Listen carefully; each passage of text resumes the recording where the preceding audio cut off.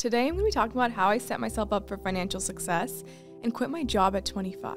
Entrepreneurship is something we all think about. Like, let's be real, we've all thought about it at some point. Some of us actually go and do it and others don't. And some of us try to go do it and fail while others succeed. And I do think the difference between those who succeed and those who don't are those who consider timing. Timing is really important. Sometimes you can have the best idea, you can know the best people, but if you're not thinking about timing, you could actually fail and it could be completely out of your control. The other thing that's so important to literally making the world go round, as we know, money. Money is actually important, and not talking about money, I think, is being ignorant. Realistically, a lot of the success stories that we hear about are from privileged, wealthy, white men. Those are the common stories we hear about becoming billionaire entrepreneurs and starting these big companies. There is a reason for this.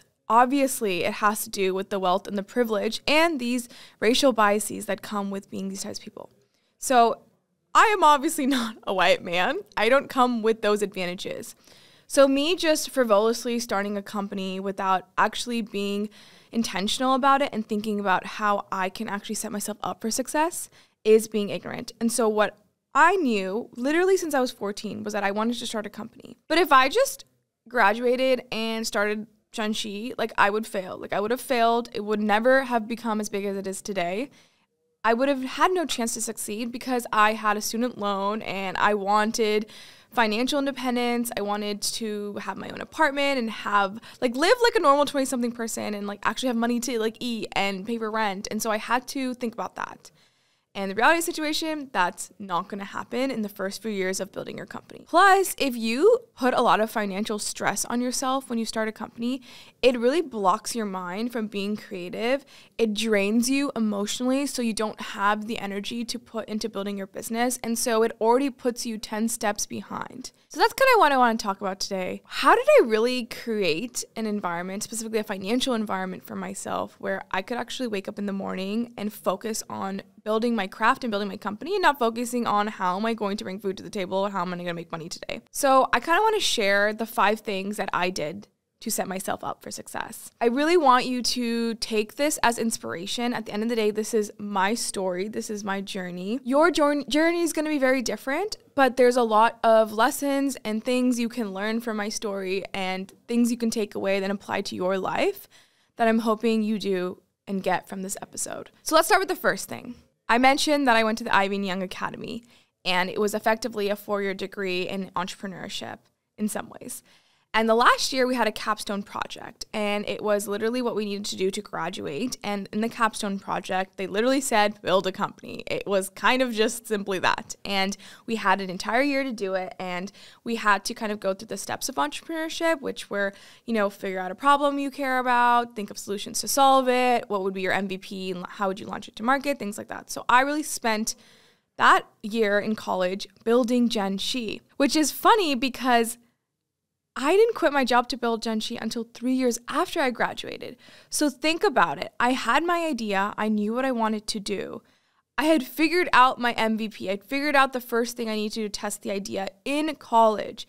Yet I still did not go and pursue it full time when I graduated, even with that much clarity and that much know-how of how passionate I was with it. The fact that I'm doing it now 4 years later after I graduated, if that doesn't tell you that, like, I had that clarity in college, but that the clarity is not everything to actually start, right? So what did I do? I pursued big tech, and I landed an associate product management role at Atlassian as my first job. I knew I wanted, like, a really solid 6-figure salary because I knew I wanted to quit as soon as possible. At that point, I didn't even realize I would need to actually stay there for 3 years to build the amount of financial independence that I needed. At that point, I thought I could maybe quit in like a year and a half, to be honest.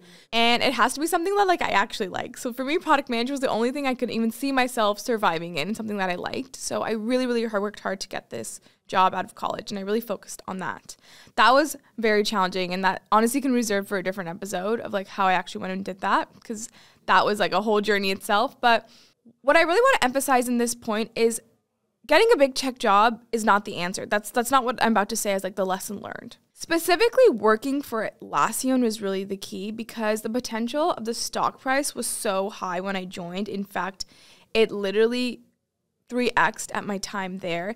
And what I really want you to take away from this is don't join a company because it's sexy and it sounds cool and your friends use the product. Like I had final round interviews at Lyft, at Dropbox, at Meta, at all these really so-called sexy companies that my friends would probably think were really cool. Like none of my friends knew what Atlassian was. But the reason why I dropped out of all those interviews and I accepted my offer here was because of that potential of stock. And the reality is your salary might be 6 figures, but your stock could be 7, 8 figures in the future. It has the potential to 2x, 3x your salary if you play the game right. So what I would really say is look at the potential of the stock of your company before you're going to join that company, because that is really what's going to get you those years of runway that you need. That's really what's going to double, triple your salary. So you actually have so much money that you feel comfortable taking the risk of eventually quitting. So then now that comes to my second thing. The second thing was when the Atlassian stock had 3 times, which means that I got it for X amount. Now it's literally worth 3X. I actually sold it. And I'm still working at the company, by the way. But what am I doing is I am preparing for the moment when I'm going to quit and I'm going to have to rely on this money. So I put it in a CD, certificate of deposit. And basically what this is, it's a closed bank account. It operates like a high yield savings account, but it's a little bit more than a high yield savings account. And the con of it is that you can't pull out the money. The reason why you can get more returns on that over a regular savings account is because you can't touch it. And the reality situation is I didn't need that money now. I needed it as like a savings bank for in the future when I quit my job and to pull from that money. So the lesson here is really you have to think about what your career goals are when you're making investment decisions. So I really wanted to pursue entrepreneurship very soon. So choosing these really low risk investment choices was very critical and important for me because I would very quickly have to tap into that money. Let's get into the third thing. When I was there, I got a $40,000 pay bump when I was getting promoted. Okay, if you work in corporate, you know that's actually a lot of money. Like, it's really hard to get promoted, and they barely meet inflation when they promote you. It's kind of ridiculous. They all these big companies make billions of dollars, and then they barely promote the people who are doing the work every day. I want to just point out for those who don't actually work in corporate that that's actually like pretty like meaningful and unique that I was able to get that pay bump raise. And what I learned was I was not the best employee. I was barely good. Like I was so focused, honestly, most of the time in corporate, thinking about when I was going to quit and what I was going to do when I was going to quit and what would this business idea be and how I'd make money in my business. Like I wasn't really thinking about like my job to be fair. Like I have been so much of a better product manager. So what I'm trying to prove is, you know, working overtime and trying to excel as whatever role you are in your company is not the secret for promotion. What really is documentation. Documentation is so powerful. It has the ability to double your salary in a quarter of the time. Like, I don't know how to emphasize that more than literally be like, I am the proof case of this working. So what I would do is two really main things. Every single day, I would spend 30 seconds and I would screenshot something I did that day that impacted the company. Many times, and because I was a product manager and like the work we do was like pretty abstract, it is incredibly difficult to justify what did I do at the end of the year. Because a lot of it is leading the team and helping other people. So I would screenshot how I impacted. And so a lot of times it would literally be like a screenshot of a message I sent to a coworker that saved them some time. You know, it's these moments that matter. They take up time, but then when it comes to your promotion, you don't know how to explain that to your manager. And they're like, so what'd you do? Why do you deserve a raise? What are you doing that's above and beyond your actual job? Why should we even pay you more than we already set out? You're just like doing your role, right? So you need to like take these micro moments. You're not going to remember it at the end of the year. So do it every day and create this like bank of screenshots and have it on a folder on your desktop. So when it comes time to promos, you just reference that. One example, I added all the screenshots from all my coworkers and I said, I saved my coworkers 1,000 minutes this year, making that up. That saved the company this much time because you can just times it by your salary and just assume that average for other people. Turns out it's X hundreds of thousands of dollars. Great. How can you say that's not impactful, right? They say, prove it. Okay, I have this folder of screenshots. I can prove it to you. Like, of course you can prove it. So that's what's really important about documentation. The second thing that I did this is also just as important, is every Friday, so I create this like little Slack channel with the whole leadership team, like my entire vertical, all the way up to the literal VP of product. I'm not kidding about it. And I worked at like a company that had like thousands of employees and made billions of dollars in revenue. Like this is a huge company. Like I had so many people in this chat. Every Friday I'd be like, these are my wins. This is what I did. This is what my team did. This is what's going well. These are the lowlights. These are the things I need help. I did like a quick 3-line summary. 90% of the time, everyone would ignore it. No, people would even like react to it, let alone respond to it. But what it did was it put me super top of mind. Oh, you forgot about me? Hey, I exist and I'm working. Don't forget about me. That's what it did every Friday. Trust me, they're looking at it. They probably don't have time to respond. They probably don't care, to be honest. Like you're kind of just like a junior employee. When it came time to the promotion, my manager is putting up a case. They're like, oh my God, I don't know. I had this emotional feeling she just did so much this year. Because why? Because every Friday you're like, you're doing a little reminder and that adds up over time. These are office politics that you have to play to get promoted because all of this is just human psychology and it's really just framing. Like, let's be real. The real work that like actually gets you far in life, like only kind of matters at like small startups and really your own company. Now think about it. I have 3 years of a multiple 6-figure salary. Now I have a CD with like multiple 6 figures of stock that I pulled when Atlassian's price was high. And by the way, it's now low again. So I kind of like captured a moment. And I also have now this promotion that I got and I can put that into my savings as well. So I'm really building my financial wealth out here. Now, you're probably thinking, well, you know, it's really hard to get an offer at a big tech company. You know, like you just got it because you recruited in a good market. Like it's too hard now.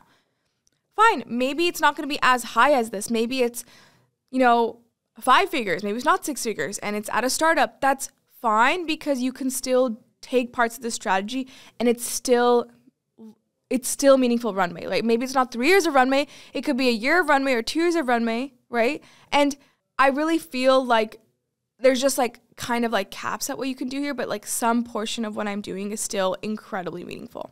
Okay, number 4. I lived out of a literal closet room in SF for the entire time that I was working in corporate for less than $1,000 a month. Okay, if you know San Francisco, you know the rent prices are incredibly expensive. So when I say I had rent for like $1,000 a month, and this was before the pandemic, this is when prices were actually a lot higher. You know my room was small. And obviously I could afford something way bigger. Like I had all this money at the time. But I knew that every dollar I could save, every sacrifice that I made then would count for my future goals.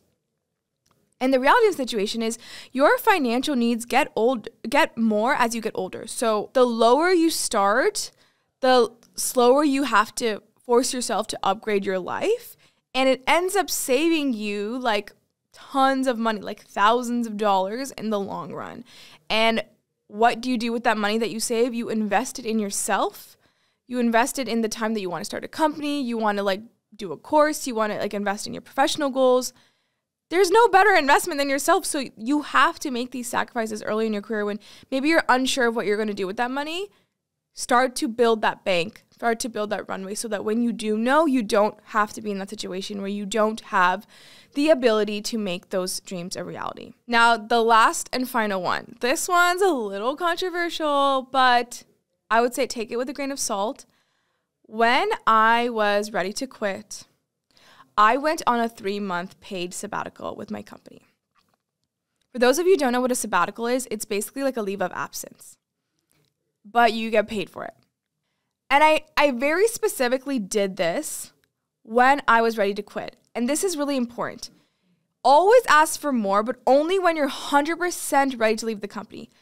I was only asking for something so ridiculous because if they said no, if they were like, obviously, why would we do that? Like, that's dumb. I was ready to still put in my leave. I was ready. I was prepared. Mentally, emotionally, I was prepared. Financially, I was prepared. I just thought, you know what? Since I'm ready to leave anyways, why don't I just get 3 more months of salary? Let me try. Why not ask? The worst that can happen, they can say no. And then I'm already going to leave anyways. So let's just do it. And what happened? I asked and I received. They were like, you know what? You should do it. You should do the leave of absence. Now, Let me share a little bit more how I framed it, obviously. I wasn't just randomly asking this thing. I was strategically asking. I said, hey, here's the truth. I'm going to be vulnerable right now. I feel incredibly burnt out at this company.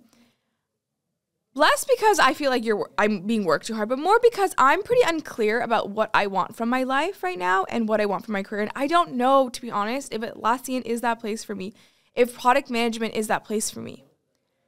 But if you can be so kindly and graciously offer me a 3-month leave of absence, maybe I can go and find that clarity and come back with an answer. So I wasn't lying. I was being extremely transparent and honest about my intentions, but I'm also not saying, hey, honestly, no matter what happens during those 3 months, I'm probably going to quit anyways, so there's no chance of coming back, but you should still give me that sabbatical, right? I tweaked it a little bit, I exaggerated. I was like, you know what, there could be a chance I come back at Atlassian. I just need some time to figure it out. And I still made it clear that, like, there was a chance I would still leave, even if they gave me that 3 months and they paid me for it. And my manager was incredible. First of all, I had really done the work these 3 years. Like, I'd showed up for the company. I was a great product manager. I even got promoted. Like, I wasn't on a bad footing with them. So they were happy with me. And plus, I had done 3 years of service at the company too. So it wasn't like I just joined. I was already asking for vacation. And she said, you know what? Like, you should do it. I support you in this process. The other thing that you don't realize is that these companies have to pay a shit ton of money to go and replace you. So turnover costs is much higher than those 3 months paying me my salary, which is comical. So then you think about it a little bit and you're like, dang, we're all really underpaid out here, but we're not going into that rabbit hole right now. The funny thing is, when I came back after those 3 months, my manager had changed, my team had changed. I basically wasn't even on the list of PMs. Like, my whole project had changed. They'd kind of just accepted that I wasn't even likely to come back, which is just hilarious. They're like, you know, when she does actually come back, we will give her a new place of ownership and, like, restructure it again. But, you know, she probably won't. So let's just, like, save us some time and, like, let's just not include her in these plans, and then we'll just add her in. Which is so funny because it further corroborates that they still knew I was probably going to leave, but they were just open-minded and willing to take that bet. And it really shows that if you're just honest and you ask for what you want and you're, like, slightly strategic about it, like, you can get it. And so with all of that, when I actually did quit, when I came back from the sabbatical and I gave my 2 weeks notice and I was ready to start my company, who cares that I had no idea? Who cares that I didn't know how to make money? Who cares that everyone around me was like, what the heck are you doing, girl? You are lost cause. Like, why are you quitting this incredible job? What are you trying to do with your life? Why are you trying to start a company? What are you even building? When all of that came to me in a rush, when everyone around me didn't believe in me, when I was completely confused and I had no direction, I had so much lack of clarity, and only thing I had was myself and my dreams and my confidence in myself. You know what? I didn't have to worry about money. I did not have to worry about money. It makes it 100 times easier to go through that journey. It's still incredibly hard to wake up every day and think, what is my identity and what am I building and do I matter in the world and am I a failure and does everyone think I'm a loser? Like, every day I had those thoughts. But what I didn't have is, can I pay for rent? Do I have food on my table? Can I go out this weekend and have a good time with my friends because they deserve it? Like, do I have enough money for that? I never had to think about those things. You've heard this before. I don't have to be the one to tell you the rich get richer and the poor get poorer. This is why. Because the poor are struggling and thinking about, oh my God, like, I'm cold tonight, I'm hungry. Like, how can you focus on building great things and being emotionally, like, available for your community and your customers and whatever you're building when you can't even provide for yourself? This is why the poor are left behind. This is why wealth and privilege gets you ahead. This is reality of life. Obviously, I'm 100 times prepared to go and do that because now I have the money to spend it and invest in all those things so that when I go out and actually build my company, I am advantaged to do so. So obviously, I'm more likely to succeed and I'm obviously going to make money sooner. So then the rich get richer. And so I started with money and I'm going to end up with more instead of actually being poor. I get a lot of comments all the time and it hurts me. People say, oh my God, you're a trust fund baby. Like, you came from a lot of privilege. Yes, I was privileged. I grew up in the Bay Area and I was surrounded by a lot of this that gave me the confidence to believe in myself to be an entrepreneur. But at the end of the day, every dollar that I have spent, I have earned myself. And everything is a chicken and egg cycle. So it's on you to break it. It's on you to start building generational wealth. It's on you to break that victim mindset. It's on you to figure out how are you going to make your first $10 so you can make your next $100, so you can make your next $1,000. So stop complaining and focus on what you can control and be willing to do the hard things, potentially even do the thing you don't want to do for 3+ years to create optionality, to create a possibility for you to go pursue the thing that you're actually most passionate about. Thanks for listening. I really hope this inspired you. As usual, my DMs are always open. If any of this resonated, if you have any questions about this, please reach out. I genuinely actually respond to every Instagram DM I get. I'm so serious about that. And I promise you, I'm on your side and I want you guys to succeed. Whether you come from privilege, whether you come from wealth or not, everyone is on their own path. Everyone is on their own journey, and everyone is capable of achieving and unlocking their fullest potential.